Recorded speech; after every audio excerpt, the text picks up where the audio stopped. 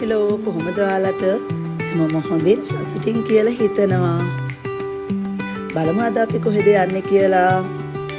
අපි අද යමු ජපානයේ තියෙන යමයා කියන ෂොප් එකට. මේ යමයා කියන ෂොප් එක ගොඩක්ම ප්‍රසිද්ධ ලිකර්ස් වලට. මේකේ එළිය ගහලා තියෙන වර්ල්ඩ් ලිකර් කියලා ගහලා තියෙනවා. ඉතින් ලෝකයේ ප්‍රසිද්ධ ලිකර්ස් වර්ග මේ ෂොප් එකේ ගන්න තියෙනවා. ඒ වගේම තමයි ජපානයේම හදන ලිකර්ස් වර්ග. ඒ කියන්නේ ජපානයේ ලිකර්ස් වලට කියන්නේ ඔසාකේ කියලා. ඉතින් ඔසාකේ නුත් මෙතන ගන්න පුළුවන්කම තියෙනවා.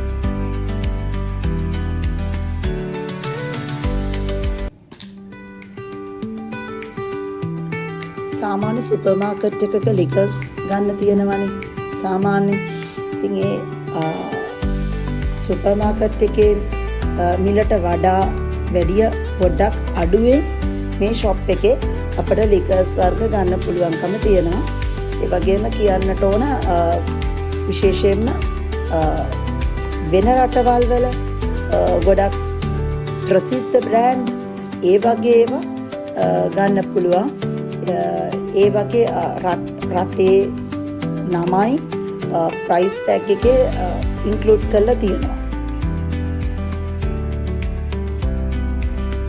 ඒ විදිහට විවිධ වර්ග වලින් අපිට ලිකර්ස් ගන්න තියෙනවා. ඉතින් මෙතන ලිකර්ස්ම විතරක් නෙමෙයි ලිකර්ස් වලට අවශ්‍ය කරන දේවල්, ඒ කියන්නේ අපි ඔය කියන්නේ බයිට්ස් කියලා.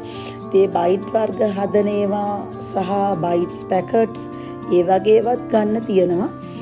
මේ තියෙන්නේ ටීචර්ස් කියන බ්‍රෑන්ඩ් එක, එතකොට රෙඩ් ලේබල්, බ්ලැක් ලේබල්, ටෝරීස් ඔය වගේ තියෙන විවිධ නම් වලින් තියෙන එක ලිකර්ස් වර්ග තියෙනවා. ඉතින් මේක මිලිලීටර් 500 ඉඳලා ලීටර් 4-5 දක්වාම බොටල්ස් ගන්න පුළුවන්.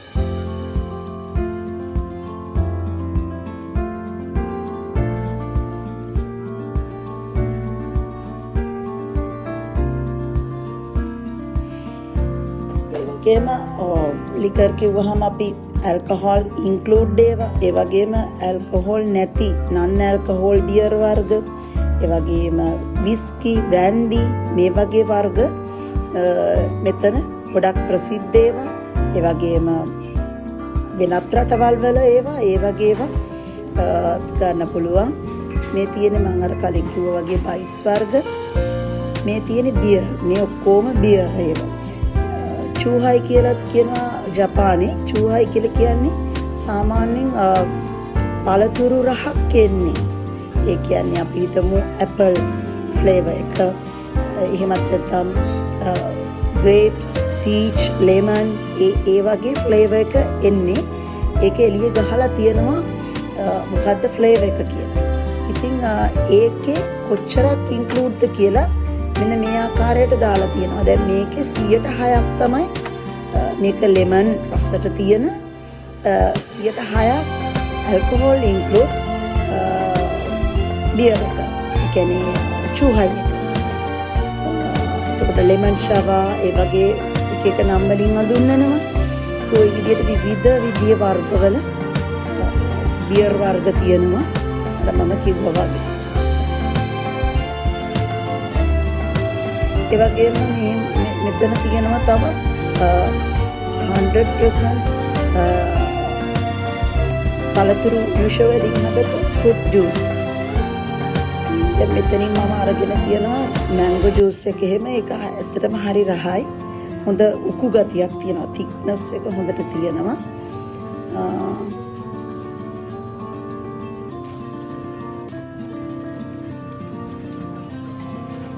දැන් එදා මම ගියපු දවසේ ෂොප් එකට මෙන්න මේ ජූස් වර්ගය ගැන තිබුණා. ඒක අඩු කරලා දාලා තිබුණා ගණන්.